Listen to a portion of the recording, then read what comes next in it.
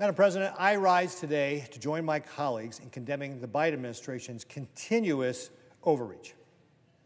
Specifically, today we're talking about the EPA's delusional tailpipe emission regulations. They're effectively an EV mandate. This delusional rule would require up to 2/3 of all new cars being sold in 2032 to be electric vehicles.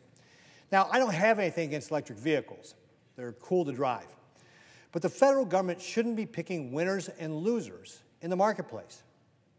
The free market and consumers should drive American innovation, not mandates from the Biden administration. That's why I've introduced a Congressional Review Act along with Senator Sullivan, to overturn Biden's EV mandate. There are a lot of reasons an EV mandate isn't just feasible. My first concern is the cost to consumers. At an event I held last year, bringing experts from across the country to Nebraska to talk about what these mandates would mean, one of our experts from Harvard and the Breakthrough Institute told us that auto ownership is the most critical tool for people getting out of poverty. Certainly in a state like Nebraska, that's true. It's a ticket to be able to get to a job.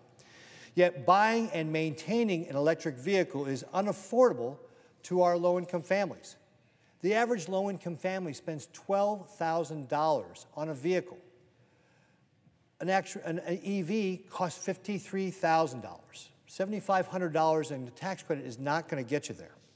It's an unacceptable burden and barrier to our low-income families to be able to get that car so they can get to work.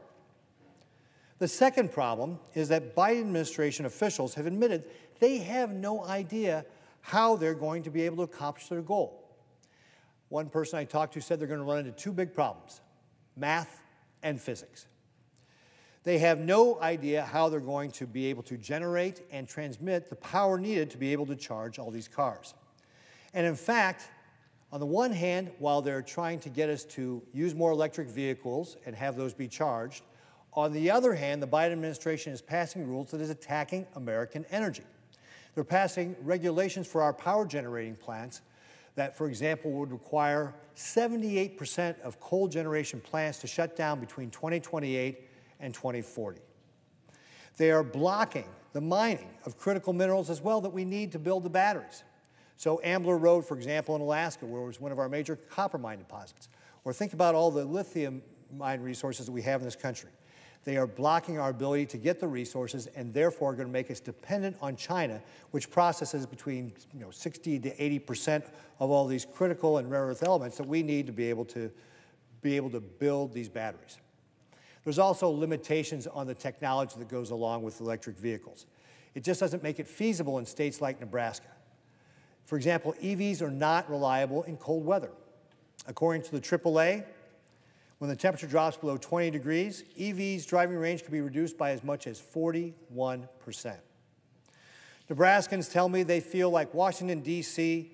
bureaucrats have no idea how their policies will affect them in the middle part of the country.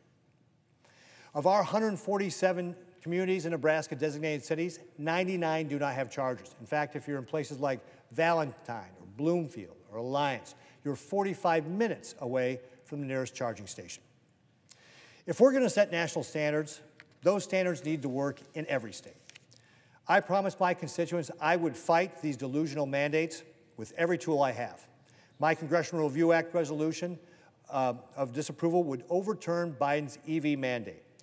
It's a bipartisan effort that has the support of 48 of my colleagues. In the coming months, every member of this body will have the opportunity to join in this common sense effort.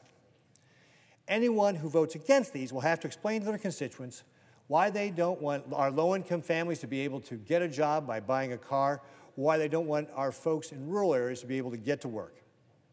I am confident that our CRA will earn bipartisan majorities in the House and Senate so we can send it to President Biden's desk. I want to thank all of my colleagues who have joined in this effort, and with that, Madam President, I yield back my time.